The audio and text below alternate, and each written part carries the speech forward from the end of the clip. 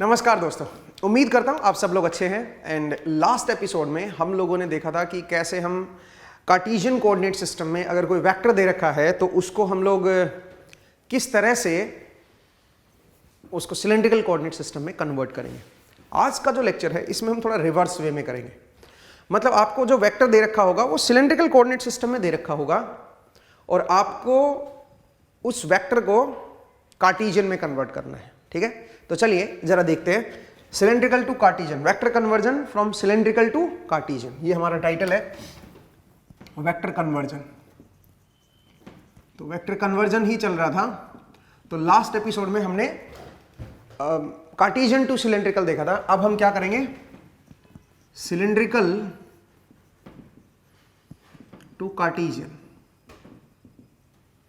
इसको जरा समझते हैं, ये भी इक्वली इंपॉर्टेंट है। ठीक है, तो आपको पता होना चाहिए। जरा देखिए भाई, मान लीजिए आपको कोई वी वेक्टर दे रखा है 2r cap plus 4 cap plus 2k cap. मान लीजिए ऐसा कोई वेक्टर दे रखा है। सबसे पहले तो इसको दिखाते हैं। अगर ये पोजीशन वेक्टर है तो इसका मतलब ओरिजिन से मैं दिखाऊंगा इसको। तो कैसे दिखाओगे ओरिजिन से, जरा देखिए दोस्तों, इसको कैसे दिखाओगे। ये मेरे पास तीन डायरेक्शन है, आई ये कार्टेशियन में है, लेकिन आई कैप, जे कैप, के कैप, ये मेरे पास तीन डायरेक्शन है कार्टेशियन कोऑर्डिनेट सिस्टम में। अब मुझे क्या करना है, आप इस आई कैप को जरूर नहीं है ऐसे दिखाओ, मतलब इधर भी दिखा सकते थे। कुछ लोग जरूर आई कैप इधर दिखाते हैं, तो मैं थोड़ा सा इसको इस तरफ दिखाता हूँ। बट ये आपके विजुअलाइजेशन पे डिपेंड करता है ना भाई। इस डायरेक्शन को जो है वो आप अपनी तरफ माने, ये उधर माने और ये तीसरा जो है ऊपर मान ले। ऐसे भी दिखा सकते हो ना। ठीक है, जैसे बच्चा बैठता है दो लेग को ऐसे फैला के, तो इसका मतलब वो ऐसे ही तो होता है। ठीक है, एक आई कैप एक जे कैप 90 डिग्री पे मान लो आप। ठीक है, तो इस तरह से आप ले सकते हैं। एनीवे, तो जरा देखिए दोस्तों, अब मुझे चलना है पहले 2 रेडियल डायरेक्शन में, 2 लेंथ चलना है रेडियल डायरेक्शन में, 4 लेंथ चलना है 5 कैप डायरेक्शन में, 2 लेंथ चलना है k कैप डायरेक्शन में। अब सवाल ये उठता है कि मैं कितने एंगल पे चलूं फिर। रेडियल डायरेक्शन में अगर मुझे चलना भी हो तो कितने एंगल पे चलूं, क्योंकि ये तो नहीं दे रखा कि ये जो बस आपको तो वेक्टर दे रखा है कि रेडियल डायरेक्शन में इतना चलना है, 5 डायरेक्शन में इतना और k कैप डायरेक्शन। तो 1 मिनट के लिए किसी एंगल पे चलना शुरू कर दो, किसी भी एंगल पे चल लो। ठीक है, तो अगर मैं किसी भी एंगल पे चलूंगा, सोचिए, तो मान लीजिए मैं कुछ 30 डिग्री पे चल रहा हूं। ठीक है, 30 डिग्री पे मैंने लिया, तो यहां पे क्या करेंगे बताओ जरा। पहले रेडियल डायरेक्शन में चलेंगे, कितनी लेंथ 2। फिर आपको 4 लेंथ चलना है टेंजेंशियल डायरेक्शन में। ये मेरी आर कैप डायरेक्शन थी भाई। ठीक है, ये मैं 2 लेंथ चला हूं आर कैप डायरेक्शन में। ठीक है, आई डोंट नो, ये मैंने काफी छोटा लिख दिया ये। हाँ जी, अब जरा देखिए, अब मुझे 5 कैप माने इसके परपेंडिकुलर चलना है, हॉरिजॉन्टल प्लेन में ही हो आप। अभी आप हॉरिजॉन्टल प्लेन में ही हो। 4 लेंथ चलना है आपको 5 कैप डायरेक्शन में, 4 लेंथ चलना है आपको 5 कैप डायरेक्शन में। ठीक है, और फिर आपको क्या करना है, फिर आपको 2 लेंथ चलना है जेड कैप में, 2 लेंथ चलना है जेड कैप डायरेक्शन में।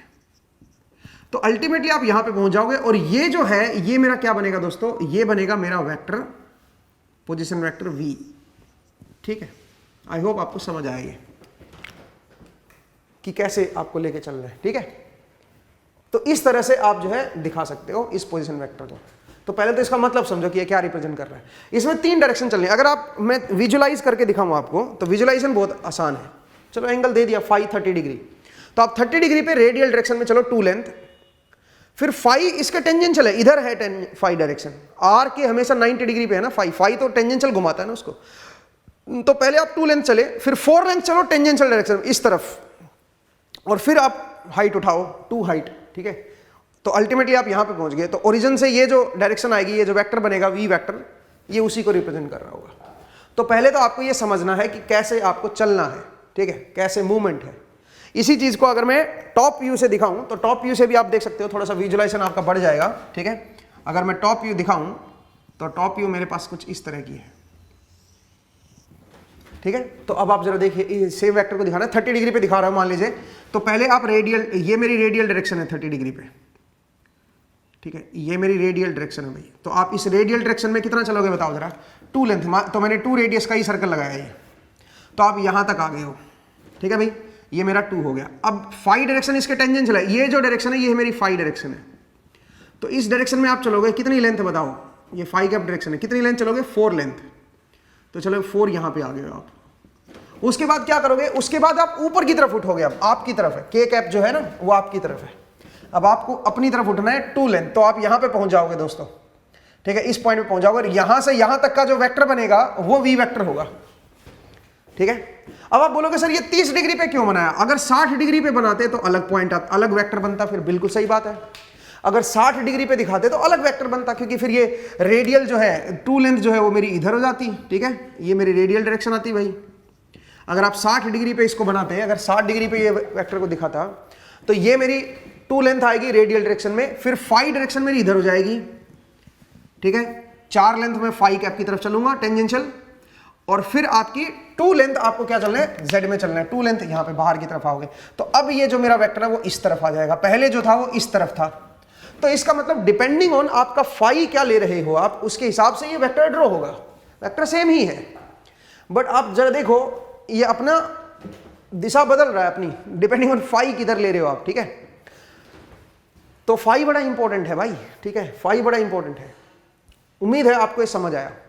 नेक्स्ट, अब मतलब इसको इस तरह से समझ सकते हो कि देखो कि भाई पहले इधर दिखा रहा था, फिर इधर दिखा रहा है, फिर इधर दिखा रहा है, तो डिपेंडिंग ऑन फाई किधर कितना फाई ले रहे हो उसके हिसाब से रोटेट कर जा रहे हैं, ठीक है, और कुछ नहीं है।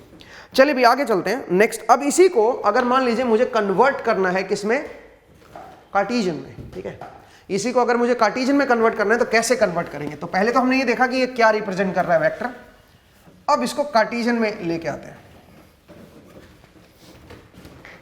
कार्टेशियन, तो कार्टेशियन में अगर हम देखें तो क्या बनेगा, सबसे पहले तो कार्टेशियन में मुझे x कंपोनेंट चाहिए, फिर मुझे चाहिए y कंपोनेंट, और फिर मुझे चाहिए z कंपोनेंट या k कैप, k कंपोनेंट बोल दो, ठीक है, ये 3 चीजें चाहिए तभी तो कार्टेशियन में कन्वर्ट होगा भाई। तो अब कैसे करें, सबसे पहले vx निकालते हैं भाई, vx क्या होगा, v vector dot i cap, vy क्या होगा दोस्तों, v vector dot j cap, and vz क्या होगा, v vector dot k cap, ये बनेगा दोस्तों, ये मेरा vx vy एंड vz की वैल्यू आएगी। तो सबसे पहले ये निकालते हैं v dot i cap, v मेरा ये है तो इसको i कैप के साथ डॉट लोगे तो r cap plus 4 phi cap plus 2 k cap, dot क्या ले लो, डॉट i कैप ले लो, सही है भाई। तो अगर मैं पहले इसी को सोल्व करूं तो ये बनेगा 2 r cap dot i cap plus 4 phi cap dot i cap plus 2 k cap dot i cap, सही बात है भाई, एक बार देख लीजिए। तो इस तरह से मेरा क्या बनेगा ये बताओ, इस तरह से मेरा ये वेक्टर को दिखाएंगे, ठीक है। तो मुझे उम्मीद है ये आपको समझ आया भाई। अब इसको निकाले कैसे, ये तो जीरो हो गया, k कैप और i कैप एक दूसरे के 90 डिग्री पे है, ये कैसे निकालोगे, r cap dot i cap and phi cap dot i cap, तो ये टॉप व्यूज है, आपको मैंने बताया था टॉप व्यूज है, ठीक है, टॉप व्यू बड़ी कमाल की चीज है, ठीक है, ये i कैप है, ये j कैप है, और आपकी तरफ क्या हो गया, k कैप। अब मुझे रेडियल डायरेक्शन दिखानी है और फाई डायरेक्शन दिखानी है, तो किसी भी कोई रैंडम पॉइंट ले लो, ठीक है, यहां पे अगर मैं कोई पॉइंट ले लूं, सोचिए यहां पे, तो ये मेरी क्या है बताओ, ये मेरी रेडियल डायरेक्शन है, और ये क्या है मेरी बताओ, ये मेरी फाई कैप डायरेक्शन है, और ये कोई जनरल एंगल फाई पे दिखाया मैंने। तो अब बताओ R cap dot I cap क्या बनेगा, बताओ R cap dot I cap बनेगा, आर कैप का मैग्नीट्यूड 1, आई कैप का magnitude 1 into cos of phi, cos of phi plus 4 phi cap dot I cap क्या बनेगा, फाई कैप का आई cap के साथ डॉट लेना है, तो आप इसको एक्सट्रापोलेट कर लो भाई, यहां से ओरिजिनेट करा दो, इधर आई कैप है, इधर मेरा फाई कैप जा रहा है, तो ये एंगल क्या बनेगा, ये 90 माइनस फाई, तो ये 90 प्लस फाई हो जाएगा। तो बताओ ये क्या बनेगा, cos 90 plus phi is minus sine phi, ठीक है भाई, ये हो गया, और ये तो जीरो आ गया भाई। तो ये मेरा क्या बन गया, ये मेरा एक्स कॉम्पोनेंट आ गया दोस्तों, ये मेरा एक्स कॉम्पोनेंट बन गया, ठीक है। ऐसे ही फिर आप बताइए वाई कॉम्पोनेंट क्या बनेगा, वो बनेगा 2 R cap plus 4 phi cap plus 2 K cap dot J cap, ये बनेगा दोस्तों। तो इसकी वैल्यू अगर मैं कैलकुलेट करूंगा तो क्या बनेगा, 2 R cap dot J cap plus 4 phi cap dot J cap plus 2 K cap dot J cap. तो के कैप डॉट जे कैप तो खत्म ही हो गया भाई, क्योंकि के कैप और जे कैप तो परपेंडिकुलर है एक दूसरे, के कैप आपकी तरफ है, जे कैप उधर है, तो 90 डिग्री हो गया। R cap dot J cap देखिए, आर कैप इधर है, जे कैप इधर है, और उनके बीच का एंगल है 90 माइनस फाई, तो ये क्या बन जाएगा, ये बन जाएगा 2 sine phi plus phi cap dot J cap. तो फाई कैप मेरा इधर था ठीक है, और जे कैप मेरा इधर है, तो आपको क्या करना है बताओ, आपको यहां से देखो, जहां से एक पॉइंट से दोनों को स्टार्ट किया करो, ये बन गया फाई कैप डायरेक्शन, ये क्या है, ये जे कैप डायरेक्शन है, तो ये एंगल निकालना है, तो उसके लिए इधर वाला एंगल निकाल दो इस राइट एंगल ट्रायंगल का सारा लेके, तो ये 90 माइनस फाई है, ये 90 है, तो ये एंगल फाई आ जाएगा, तो इधर वाला भी फाई आ जाएगा। तो अब बताओ J cap dot phi cap dot J cap क्या बनेगा, कोस फाई आ जाएगा दोस्तों, और ये मेरा 0 आ जाएगा, 2 K cap dot J cap is 0। ठीक है, तो इस तरह से आपने क्या कर दिया, y कंपोनेंट निकाल दिया। ऐसे ही अगर आप z कंपोनेंट निकालोगे दोस्तों, vz, तो 2 ही है सीधा सीधा, इसको k कैप के साथ ले लो तो सीधा सीधा 2 ही आ जाएगा, क्योंकि r cap dot k cap 0 आएगा, r कैप इधर है, k कैप बाहर की तरफ है, 90 डिग्री एंगल है, r cap dot k cap 0, phi cap dot k cap भी 0, क्योंकि फाई हॉरिजॉन्टल प्लेन में है और k कैप आपकी तरफ है, ये भी 90, 2 k cap dot k cap, तो k cap dot k cap 2 आ जाएगा सीधा सीधा, तो k कैप कंपोनेंट तो सीधा सीधा आ जाता है। तो अब आप बताइए, अब जो मेरा v वेक्टर आएगा दोस्तों, वो क्या बन जाएगा, अगर कार्टेशियन में लिखूं तो बनेगा 2 cos phi minus 4 sin phi i cap plus 2 sin phi plus 4 cos phi j cap plus 2 k cap, ये बनेगा दोस्तों। ठीक है, ये मेरा वेक्टर आ जाएगा किसमें, कार्टेशियन कोऑर्डिनेट सिस्टम में। आपने उसी वेक्टर को जो सिलेंड्रिकल कोऑर्डिनेट सिस्टम में था, उसी को आपने कार्टेशियन में कन्वर्ट कर दिया है। लेकिन अब दिक्कत है फाई की, कि फाई क्या ले, तो फाई की वैल्यू आपको दी जानी चाहिए, अगर नहीं दी गई है फाई की वैल्यू तो रैंडम ले सकते हो आप। ठीक है, रैंडम ले सकते हो, कोई दिक्कत नहीं है। जैसे फाई की वैल्यू आप क्या ले लो, फाई की वैल्यू आप ले लो 30 डिग्री, तो 30 डिग्री पे पहले इस वेक्टर को दिखाओ, जब फाई 30 डिग्री था तो ये वेक्टर किधर था, ये वेक्टर कहां पे आएगा, फाई की वैल्यू 30 डिग्री लोगे तो 30 डिग्री लेने पे क्या बनेगा, जरा देखिए कहां पे दिखाओगे फाई की फाई की लेंथ को, जरा देखिए, मैं टॉप व्यू से दिखा रहा हूं। ठीक है, तो हर एक चीज को समझिए भाई कि कोई चीज कैसे है, आई कैप है, ये जे कैप है। अब मुझे क्या करना है, मुझे वेक्टर को दिखाना है इस वेक्टर को 30 डिग्री पे, तो पहले आप रेडियल डायरेक्शन में चलो, टू लेंथ 30 डिग्री एंगल पे, तो 30 डिग्री एंगल पे इधर चला मैं, ये मेरा 2 रेडियस का सर्कल है, तो 30 डिग्री मैं यहाँ पे चला गया रेडियल डायरेक्शन में, इधर ये मेरी रेडियल डायरेक्शन है भाई, इसमें 2 लेंथ चल गया। फिर आपको चलना है फाई कैप लेंथ में, फाई कैप डायरेक्शन में, फाई कैप टेंजेंशियल डायरेक्शन है भाई, कितना चलना है 4, तो आप आ जाओ यहाँ पे, आप चले गए 4 लेंथ, आप यहाँ पे पहुँच गए भाई। ठीक है, ये फाई कैप डायरेक्शन थी, यहाँ पे आप 4 लेंथ चल ली हो। ठीक है, अब आप यहाँ पे पहुँच गए हो, अब आपको क्या करना है, अब आपको के कैप लेंथ चलना है 2, तो यहाँ पे बाहर की तरफ 2 लेंथ चलो, तो ये जो वेक्टर आएगा इन दोनों को मिलाने वाला, ओरिजिन को और इस टॉप पॉइंट को मिलाने वाला जो वेक्टर बनेगा, वो बनेगा मेरा वी वेक्टर। फाई की वैल्यू मैंने फिक्स कर दी है 30, तो वही फाई 30 इसमें पुट करो, तो उसी पॉइंट पे अब आपको अगर पहुंचना है तो आपको देखना होगा x कितना चलना पड़ेगा, y कितना x कितना चलना पड़ेगा, y कितना चलना पड़ेगा और z कितना चलना पड़ेगा। तो z में तो 2 ही चलना है, z में अब x कितना चलना पड़ेगा वो यहां से पता चल जाएगा, उसमें फाई की वैल्यू 30 पुट कर दो। अगर फाई की वैल्यू में 30 पुट करूंगा तो क्या बनेगा, ये बनेगा √3 माइनस 2 आई कैप, तो ये नेगेटिव आएगा दोस्तों, आई कैप में नेगेटिव चलना पड़ेगा, और ये बनेगा 1 plus 2√3 J cap and 2 K cap, ये बनेगा दोस्तों। तो आप देख सकते हो जो मेरा v वेक्टर है उसमें आई कैप कंपोनेंट नेगेटिव है, इसका मतलब सेम इस पॉइंट पे पहुंचने के लिए आपको नेगेटिव आई की तरफ चलना पड़ेगा।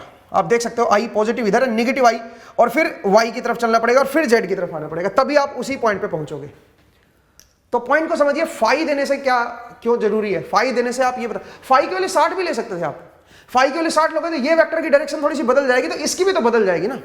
ठीक है, तो मुझे उम्मीद है आपको ये समझ आया कि भाई कैसे हम लोग जो है देखेंगे कि भाई वेक्टर को कैसे दिखाएं। अब अगला सवाल ये उठता है कि डायरेक्शन कैसे निकालें वेक्टर की, वेक्टर की डायरेक्शन माने यूनिट वेक्टर कैसे निकालें। तो अगर तो कार्टेशियन में है तो बड़ा आसानी से कर लोगे, कार्टेशियन में तो कोई भी वेक्टर दे दिया गया है, सोचिए आपको दे रखा है आई कैप माइनस 2 जे कैप प्लस 4 के कैप, अगर मुझे इसकी डायरेक्शन निकालनी हो तो क्या करोगे, वेक्टर डिवाइड बाय इसका मैग्नीट्यूड करते हो आप, वेक्टर डिवाइड बाय इसका मैग्नीट्यूड करते हो भाई। ठीक है, तो वेक्टर बनेगा आई कैप माइनस 2 जे कैप प्लस 4 के कैप डिवाइड बाय इसका मैग्नीट्यूड कर दो, तो 1 प्लस 4 प्लस 16, तो क्या बन गया बताओ जरा, ये बन गया आई कैप माइनस 2 जे कैप प्लस 4 के कैप डिवाइड बाई √21।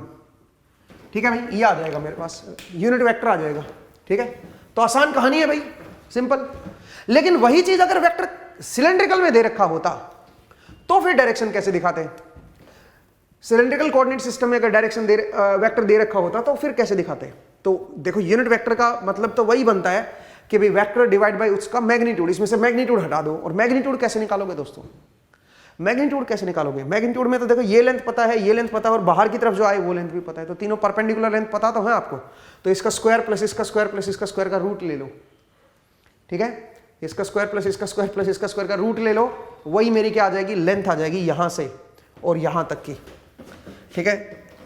इतना 2 लेंथ चले, फिर ये लेंथ चले और फिर ये लेंथ चले। तो अगर अब पूरी लेंथ चाहिए आपको यहां से लेके यहां तक की, अब देखो तिरछी लेंथ है ये, अगर आपको पता नहीं टॉप व्यू में दिख रहा है कि नहीं दिख रहा है कैमरे में, ये जो है यहां से लेके यहां तक की लेंथ निकालोगे तो इसका स्क्वायर प्लस इसका स्क्वायर प्लस इसका स्क्वायर का रूट ले लो, बस आपको पूरी लेंथ आ गई, ठीक है?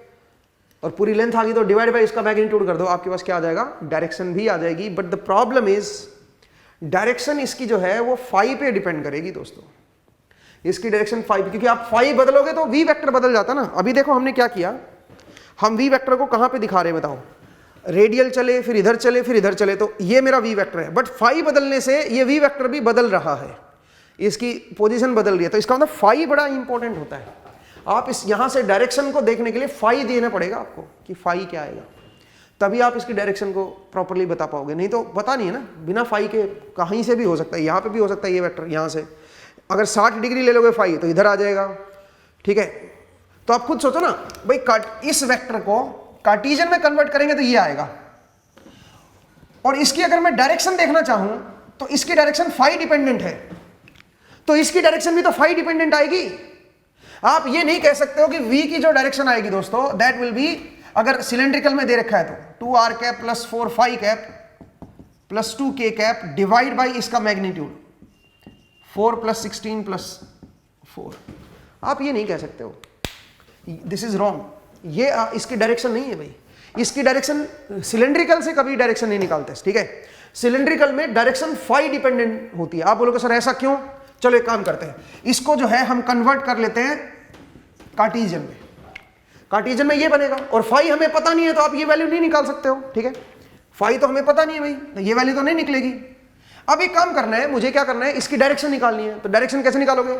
वेक्टर डिवाइड बाय उसका मैग्नीट्यूड, तो वेक्टर तो यही है, इसका मैग्नीट्यूड डिवाइड कर देते हैं। मैग्नीट्यूड क्या आएगा? मैग्नीट्यूड तो वही बनेगा जो यहां पे बना था, जो यहां पे मैग्नीट्यूड है वो यहां पे भी मैग्नीट्यूड आएगा। चेक करके देख लो भाई, इसका स्क्वायर प्लस इसका स्क्वायर, ठीक है, और प्लस इसका स्क्वायर कर दो तो बनेगा अल्टीमेटली वही 4 प्लस 16। मैग्नीट्यूड नहीं बदलता कभी भी, ठीक है?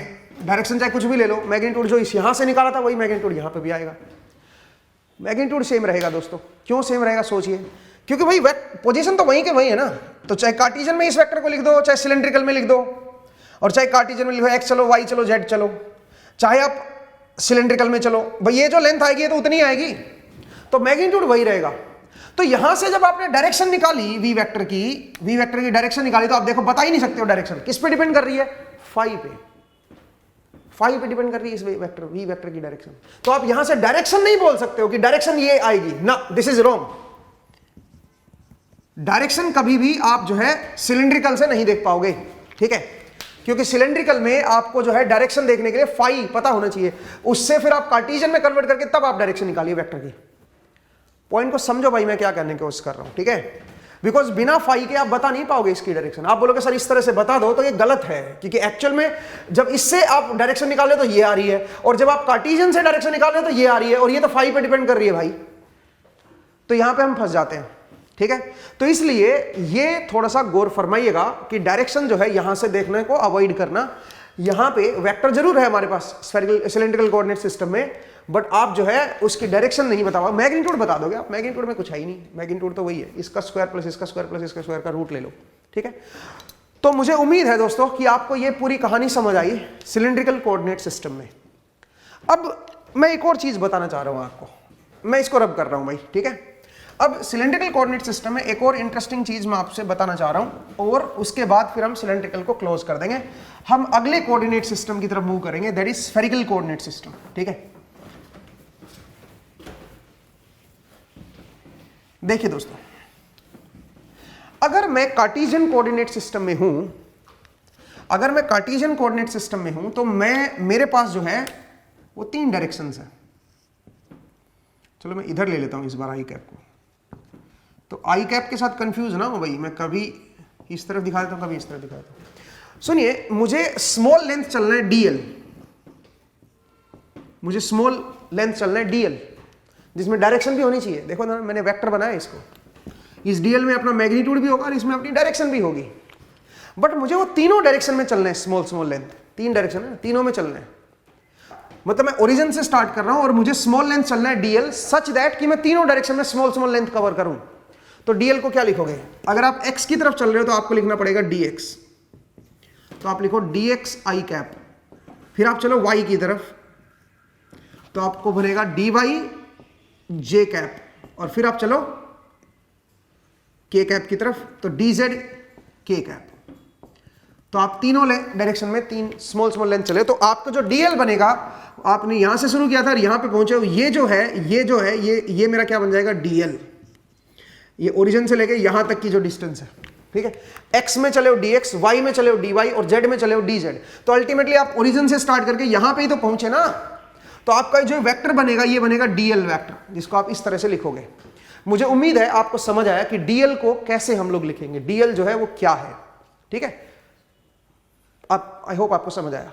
नेक्स्ट आइए अब देखते हैं सिलेंड्रिकल कोऑर्डिनेट सिस्टम में। सिलेंड्रिकल में थोड़ा इंपॉर्टेंट है भाई, सिलेंड्रिकल में बड़े ध्यान से देखेंगे, ठीक है। तो सिलेंड्रिकल में हमारे पास, एक बार मैं कार्टेशियन ही दिखा देता हूं, चलो इधर ही दिखा देता हूं, आई कैप, जे कैप एंड के कैप, ठीक है। मान लीजिए आप किसी पॉइंट पे बैठे हो, आप ओरिजिन पे ही बैठे हो, चलो ठीक है, आप ओरिजिन पे ही बैठे हो और आपको डीएल लेंथ चलना है, स्मॉल लेंथ चलना है। तो मेरे पास यहां पे क्या है दोस्तों? 3 डायरेक्शन, एक आर कैप है, एक आपकी फाई कैप है और एक क्या है बताओ? एक है मेरे पास जेड कैप। 3 डायरेक्शंस है मेरे पास, R cap, phi cap and Z cap. अब मैं इनमें कंपोनेंट क्या क्या लिखूं भाई? यहां पे क्या कंपोनेंट आएगा, यहां पे क्या आएगा, यहां पे क्या आएगा, ये कैसे देखें? डीएल जो है इसमें 3 कंपोनेंट है, एक आर कैप, एक फाई कैप और एक जेड कैप। अब मुझे तीनों लिखने हैं कि 3 क्या आएंगे, तो वो कैसे देखेंगे? जरा देखिए दोस्तों, आप जो है ओरिजिन पे बैठे हो, सबसे पहले आपको रेडियल डायरेक्शन में चलना है। तो मैं इसका टॉप व्यू दिखा देता हूं आपको ना, क्योंकि टॉप व्यू मैंने आपको बताया था ना, सिलेंडर में टॉप व्यू देख लिया करो भाई, बहुत आसान होता है उससे चीजों को समझना। आई कैप, जे कैप और के कैप आपकी तरफ है, ये मेरा टॉप व्यू है। अब आप सुनिए, आपको सबसे पहले रेडियल डायरेक्शन में चलना है, स्मॉल लेंथ। तो स्मॉल लेंथ रेडियल डायरेक्शन में चलोगे तो क्या बनेगा? डीआर। रेडियल डायरेक्शन यही तो है मेरी, जिसमें रेडियस बढ़ती है। रेडियल डायरेक्शन वो डायरेक्शन होती है जिसमें रेडियस बढ़ती है, उसको रेडियल डायरेक्शन बोलते हैं। तो आप बोलो जेड एक्सिस से इधर की जाती है रेडियस, तो जेड एक्सिस से इधर की तरफ जो आएगी ये डीआर आ गई, ये है मेरा डीआर। तो डीआर आर कैप हो गया। अब आइए आपको फाई कैप में चलना है। फाई कैप मतलब परपेंडिकुलर इसके, इस तरफ चलना है। तो इस तरफ स्मॉल लेंथ चलना है भाई, तो स्मॉल लेंथ कितना? डी फाई एंगल चलना है, डी फाई घूमना है, बिल्कुल माइन्यूट एंगल चलना है, डी फाई। यहां पे फाई एंगल था, अब आपको डी फाई चलना है परपेंडिकुलर। तो आप बताओ ये जो आर्क लेंथ आएगी, क्योंकि रेडियस तो उतनी रहनी चाहिए ना, डी आर। अब डी आर, आर को नहीं बदल रहे हो अब आप फाई डायरेक्शन में चलना है, स्मॉल लेंथ। तो फाई डायरेक्शन में अगर आप स्मॉल लेंथ चलोगे, चलो मैं इसको जूम करके यहां तक बोल देता हूं, डी आर, यहां तक है मेरा डी आर। अब आपको क्या करना है? अब आपको आर को नहीं चेंज करना, अब आपको फाई को चेंज करना है। कितना? डी फाई, क्योंकि आप फाई लेंथ, फाई डायरेक्शन में जा रहे हो ना, तो फाई डायरेक्शन में एंगल को चेंज कर दो तो आप यहां पे पहुंच जाओगे दोस्तों। ये कितनी बनेगी बता सकते हो? ये लेंथ कितनी बनेगी? ठीक है, रेडियल डायरेक्शन में डी आर जो था वो तो मेरी स्मॉल लेंथ होगी, डी आर। एक बार जरा शुरू से देखिए, एक बार जरा शुरू से देखिए कैसे हम स्मॉल लेंथ को लिखते हैं। ये बड़ा इंपॉर्टेंट है सिलेंडर में, आगे चल के सर्कुलर मोशन में बड़ी हेल्प करेगा आपकी, ठीक है। तो इसलिए ध्यान से समझिएगा। जरा देखिए दोस्तों, अगर मैं टॉप व्यू दिखाऊं आपको, अगर मैं टॉप व्यू दिखाऊं तो इस तरह का बनेगा, ठीक है। ये मेरा क्या है? आई कैप, ये है मेरा जे कैप और बाहर की तरफ क्या है दोस्तों? के कैप। अब एक काम करते हैं, मान लीजिए मैं यहां पे बैठा हुआ हूं, 1 मिनट के लिए मान लो कि मैं यहां पे बैठा हुआ हूं और यहां से मुझे स्मॉल लेंथ चलना है। ये एंगल है मेरा फाई, ये रेडियस है मेरी आर।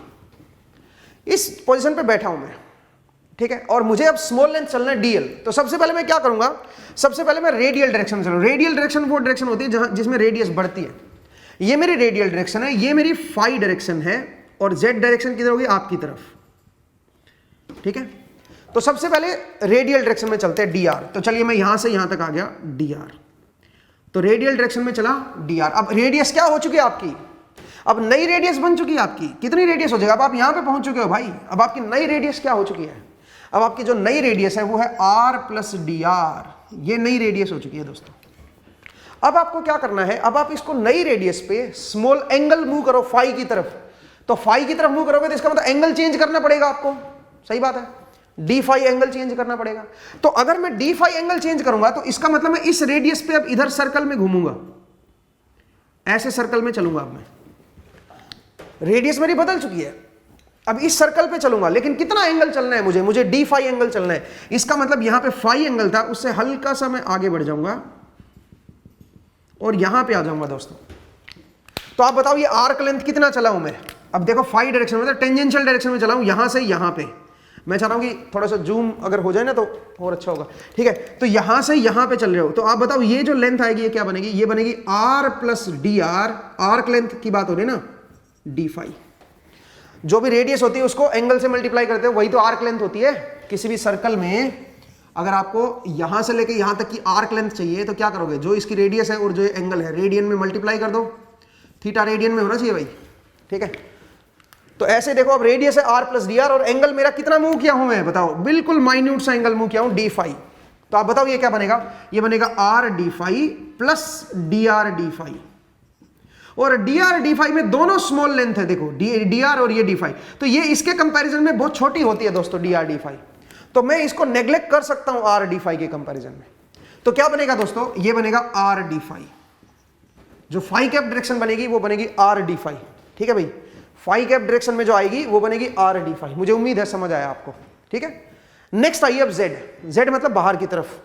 तो बाहर की तरफ तो डी जेड है भाई, स्मॉल लेंथ। बाहर की तरफ तो डी जेड है, स्मॉल लेंथ, ठीक है। बाहर की तरफ अगर आप स्मॉल लेंथ ऊपर उठते हो तो डी जेड आपको चलना होगा, ठीक है। तो मुझे उम्मीद है आपको समझ आया। तो वही चीज अगर मैं यहां पे दिखाऊं, जरा देखिए, अगर मैं यहां पे दिखाऊं इस सिलेंडर, सोचिए आप यहां पे बैठे हो किसी पी पॉइंट पे, कहीं से भी बैठे हो, कहीं पे भी बैठे हो आप, वहीं पे। अब 3D में विजुलाइज करके देखिए इस चीज को। ये तो मैंने 2D में दिखाया थोड़ा। तो 3D में विजुलाइज करोगे तो यहां से बाहर की तरफ चलोगे डी आर, फिर ये आर डी फाई इधर आ गए, और फिर ये डी जेड ऊपर आ गए। तो इसका मतलब यहां से चले थे, पहले आप यहां से यहां पे आए बाहर की तरफ डी आर, फिर आर डी फाई, फिर डी जेड, यहां पे पहुंच गए दोस्तों। ये जो लेंथ है ये है मेरी डीएल, जहां से शुरू किया था और जहां पे एंड किया वहां पे डीएल है। ये लेंथ है मेरी डीएल। मुझे उम्मीद है आपको समझ आया ये। इसको जरा देखिए भाई, ठीक है, कैसे आप जो है डीएल लेंथ चलते हो सिलेंड्रिकल कोऑर्डिनेट सिस्टम में, और कैसे आप डीएल लेंथ चलते हो कार्टेशियन में। तो डीएल की वैल्यू को क्या लिखेंगे कार्टेशियन में और सिलेंड्रिकल में, दोनों ही बड़ी इंपॉर्टेंट है, ठीक है। तो उस चीज को आप ध्यान दीजिएगा। मुझे उम्मीद है समझ आया। असल में जो फाई कैप की तरफ जो चले हो ना, वो आर डी फाई नहीं चले हो, उसमें ये भी चीज आएगी। बट ये इसमें दोनों स्मॉल लेंथ मल्टीप्लाई हो रखी है। जब दो स्मॉल लेंथ मल्टीप्लाई होती है, इनकी लेंथ बिल्कुल नेग्लिजिबल है, ये भी नेग्लिजिबल है, और जब मल्टीप्लाई करोगे तो और ज्यादा छोटी हो जाएगी वो वैल्यू। तो इसलिए आप जो है, ये इतना छोटा है इसके कंपैरिजन में कि इसको आप नेग्लेक्ट ही कर सकते हो। इस तरह से आप कर सकते हो दोस्तों, ठीक है। तो मैंने बताया कि डीएल लेंथ अगर दिखाना हो, डीएल वेक्टर अगर दिखाना हो, स्मॉल लेंथ वेक्टर दिखाना हो कार्टेशियन में, वो क्या आएगा, और सिलेंड्रिकल में जो आएगा वो क्या आएगा। तो ये तो मैंने बताया डीएल के बारे में। अब इंटरेस्टिंग क्या है यहाँ पे, एक और चीज बड़ी इंटरेस्टिंग है यहाँ पे। वो क्या है दोस्तों? वो ये है कि जरूरी तो नहीं है भाई पहले मैं एक्स में चलूं, फिर वाई में, फिर जेड में, तब जाके यहां पे पहुंचूंगा। मैं किधर भी चल सकता हूं, बात तो सही है भाई। आप पहले वाई में चल लो, फिर आप एक्स में चल लो, और फिर जेड में चल लो, तब भी आप यहीं पहुंचोगे, बोलो। या आप ऐसे भी कर सकते हो कि पहले आप एक्स में चलो, फिर आप जो है जेड में चलो, और फिर आप वाई में आ जाओ, ऐसे भी कर सकते हो। या आप शुरू में ही क्या करते हैं, शुरू में ही आप जेड में चलते, ठीक है, फिर आप एक्स में चलते, फिर आप यहां पे आ जाते हैं। या पहले आप वाई की तरफ चलो, ठीक है, पहले आप वाई की तरफ चलो, फिर आप जेड की तरफ चलो, और फिर आप जो है तब भी आप यहीं पहुंचोगे। पहले आप जेड में चलो, फिर आप वाई में चलो, फिर आप एक्स में चलो, तब भी आप यहीं पहुंचोगे। इसका मतलब अगर मैं ऑल पॉसिबिलिटीज देख लूं तीनों डायरेक्शन में चलने की, जरूरी तो नहीं है कि पहले मैं आई कैप चलूं, फिर जे कैप, फिर के कैप। मुझे तो अल्टीमेटली यहां से यहां पे चलना है ना, डीएल लेंथ चलना है, तो पहले किसी को भी चल सकते हैं। तो अगर मैं सारी पॉसिबिलिटीज देखूं तीनों डायरेक्शन में कि पहले इधर चलो, फिर दूसरी तरफ इधर चलो, आई कैप, जे कैप, के कैप में से किसी को भी पहले चलना शुरू कर दो किसी भी डायरेक्शन में, और तीनों डायरेक्शन को कवर करते हुए देखोगे तो अल्टीमेटली यहीं पहुंचोगे और आपको इस तरह की शेप देखने को मिलेगी। इस शेप से आपके पास एक स्मॉल वॉल्यूम निकल आएगा दोस्तों। अगर कार्टेशियन कोऑर्डिनेट सिस्टम में स्मॉल वॉल्यूम लिखना हो, छोटे पार्ट का डीवी स्मॉल वॉल्यूम लिखना हो, तो इन तीनों को मल्टीप्लाई कर दो, ठीक है, dx dy dz, तो ये बन जाएगा dx dy dz। ये मेरे पास क्या आ जाएगा दोस्तों, स्मॉल वॉल्यूम आ जाएगा dv, ये इसका स्मॉल वॉल्यूम आ जाएगा। ऐसे ही यहां पे देखो, यहां पे अगर मुझे तीनों डायरेक्शन में चलना हो तो ये रेडियल, फिर फाई, फिर z। अब आप क्या करो, अब आप दूसरा चलो, पहले आप क्या कर लो, पहले आप जो है फाई डायरेक्शन में चल लो, ठीक है, पहले आप फाई डायरेक्शन में चल लो यहीं से आप, और फिर रेडियल डायरेक्शन में आ जाओ और फिर z में आ जाओ, या पहले z में आ जाओ फिर आप बाहर की तरफ आ जाओ और फिर ऐसे घूम जाओ, या पहले बाहर आओ फिर आप z में चल जाओ फिर घूम जाओ, या पहले इधर आए फिर ऊपर चले फिर इधर आए। तो अल्टीमेटली आप कैसे भी चले जाओ भाई, ठीक है, आपको यहां से और यहां पे पहुंचना है, डीएल लेंथ चलना है। तो आपके मल्टीपल वे हैं, कई तरह से चल सकते हैं। तो अगर मैं इस पूरे देखूं, सारे पॉसिबिलिटीज को देखूं, तो उससे जो ये मेरे पास शेप बनी है, अगर मैं इसका स्मॉल वॉल्यूम लिखूं डीवी को अगर मैं लिखूंगा सिलेंड्रिकल कोऑर्डिनेट, तो इन सब की मल्टीप्लिकेशन कर दो, ये क्यूबॉइड टाइप बन गई है। तो मल्टीप्लाई करोगे तो क्या बनेगा, R D R D phi D Z, ये मेरा क्या बन जाएगा, स्मॉल वॉल्यूम आ जाएगा सिलेंड्रिकल कोऑर्डिनेट सिस्टम में। यही चीज हमने इंटीग्रेशन में पढ़ी थी, अगर आपको याद हो, सेम चीज को हमने इंटीग्रेशन में भी पढ़ा था, जरा उसको रिवाइज कीजिए, ठीक है, सेम चीज को वहां पे पढ़ा था। तो लेकिन मुझे उम्मीद है आपको समझ आएगी कैसे आप डीवी को लिखोगे सिलेंड्रिकल कोऑर्डिनेट सिस्टम में। एक और इंटरेस्टिंग चीज है, अगर आप कोई सरफेस एरिया निकालना चाहते हैं तो वो भी अब आप यहां से डीएल की हेल्प से निकाल सकते हो। कैसे, जरा देखिए दोस्तों, सरफेस एरिया अगर निकालना है, मान लीजिए आपको ऐसे सरफेस का एरिया निकालना है जो एक्स जेड प्लेन में हो। जैसे कि यहां पे देखो, ये वाला सरफेस, ये जो सरफेस है ये एक्स जेड प्लेन में है, ठीक है। अगर इसका स्मॉल सरफेस एरिया लिखना हो तो आप देखो इस पे क्या चीज वेरी नहीं कर रही है, आप इस सरफेस पे बताओ। इस सरफेस पे मेरा जो y कंपोनेंट है वो नहीं वेरी कर रहा, क्योंकि इस सरफेस पे मेरा y फिक्स है, मैं या तो ऊपर उठ रहा हूं या x में चल रहा हूं, मेरा y कंपोनेंट फिक्स है।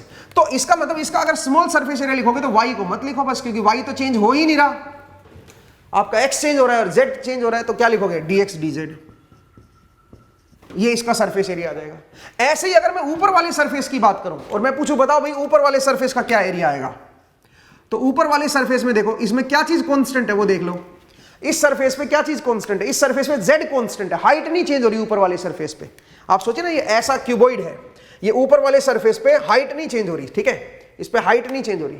तो अगर इस पे हाइट नहीं चेंज हो रही तो dz को छोड़ दो भाई। अगर इसका स्मॉल सरफेस एरिया लिखोगे, इस वाले सरफेस का स्मॉल सरफेस एरिया लिखोगे ऊपर वाले का, तो क्या होगा बताओ जरा, ये dz को छोड़ दो, क्या आ जाएगा, dx dy आ जाएगा।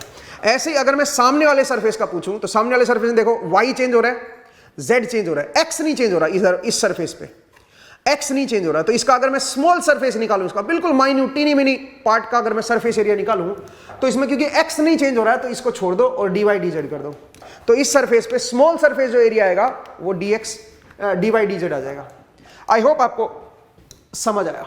ऐसे ही यहां से देखो, अगर मेरे पास कोई सिलेंडर है, चलिए मैं कोई सिलेंडर ले लेता हूं, जरा देखिए मेरे पास ये सिलेंडर है। अगर मैं आपसे बोलूं कि बताओ इस सरफेस पे, ये जो कर्व्ड सरफेस है, इस पे स्मॉल सरफेस क्या बनेगा, तो आप सोचिए इस कर्व्ड सरफेस पे क्या चीज नहीं बदल रही है। इस कर्व्ड सरफेस पे आपकी रेडियस नहीं बदल रही है, ध्यान से देखो, इस पे रेडियस नहीं बदल रही है, तो आप इस dr को छोड़ दो और इन दोनों को मल्टीप्लाई कर दो। तो इस कर्व्ड सरफेस पे स्मॉल सरफेस एरिया अगर लिखना हो तो वो इन दोनों को मल्टीप्लाई करने से आ जाएगा। सिमिलरली अगर मैं नीचे वाला सरफेस दिखाऊं आपको, नीचे वाला सरफेस अगर मैं दिखाऊं तो इस सरफेस पे क्या चीज नहीं बदल रही है बताओ। ऐसे, ये तो एक्चुअल में ऐसा था ना, तो इस सरफेस पे z नहीं बदल रहा है, z फिक्स है मेरा नीचे, हाइट नहीं बदल रही है, इसकी हाइट फिक्स है नीचे वाले सरफेस की, ये जो सरफेस है इसका हाइट फिक्स है भाई मेरी, लेकिन रेडियस तो बदल रही है, अंदर से बाहर आ रहे हो आप पूरा सर्कल को कवर करने के लिए, और एंगल भी बदल रहा है, आप 0 से पूरा 2 पाई घूम रहे हो, ठीक है। तो इसका मतलब z नहीं बदल रहा, तो dz को छोड़ दो, इन दोनों को मल्टीप्लाई कर दो, ये इस नीचे वाले सरफेस का स्मॉल सरफेस एरिया आ जाएगा। अब आप बोलोगे सर ये स्मॉल सरफेस एरिया या स्मॉल वॉल्यूम, इनको क्यों देख रहे हो आप, इनका यूज है दोस्तों, अगली क्लास में समझाऊंगा कि इनका क्या यूज है, और नेक्स्ट क्लास में फिर हम मूव करेंगे towards new coordinate system, that is spherical coordinate system, ठीक है। और अगली क्लास में इनका मीनिंग भी देखेंगे कि ये इनका क्या मतलब है, ठीक है, वो चीज हम ये निकाल क्यों रहे हैं असल में, उसको भी हम लोग समझने की कोशिश करेंगे। तो आज के लिए इतना ही करते हैं दोस्तों, नेक्स्ट क्लास में फिर से आपसे मुलाकात होगी।